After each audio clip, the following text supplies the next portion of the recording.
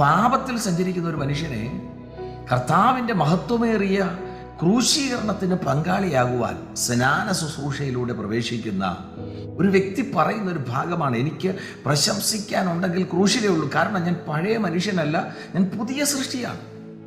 ഈ സന്ദേശം കേൾക്കുമ്പോൾ പ്രിയരെ, നമ്മളൊക്കെ അങ്ങനെയാണോ? ക്രൂശിക്കപ്പെട്ട നമ്മൾ ആ ക്രൂശിൻ്റെ പങ്കാളിയാണോ? നമ്മുടെ പ്രശംസ എവിടെയാണ്? നമ്മൾ എങ്ങനെ പുതിയ സൃഷ്ടിയായി?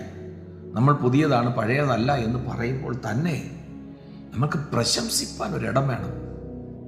ഒരു പാപം മുമ്പ് വരുമ്പോൾ, ഒരു തെറ്റ് മുമ്പ് വരുമ്പോൾ ആത്മാവ് പറയണം, എനിക്കതുമായിട്ട് ബന്ധമില്ല, ഞാൻ ക്രൂശിക്കപ്പെട്ടവനാണ്. ഞാൻ ക്രൂശിക്കപ്പെട്ടവനാണ്. ലോകമോഹത്തെ ഞാൻ തകർത്തവനാണ്. എങ്ങനെ? ക്രൂശിലൂടെ ഞാൻ തകർത്തവനാണ്.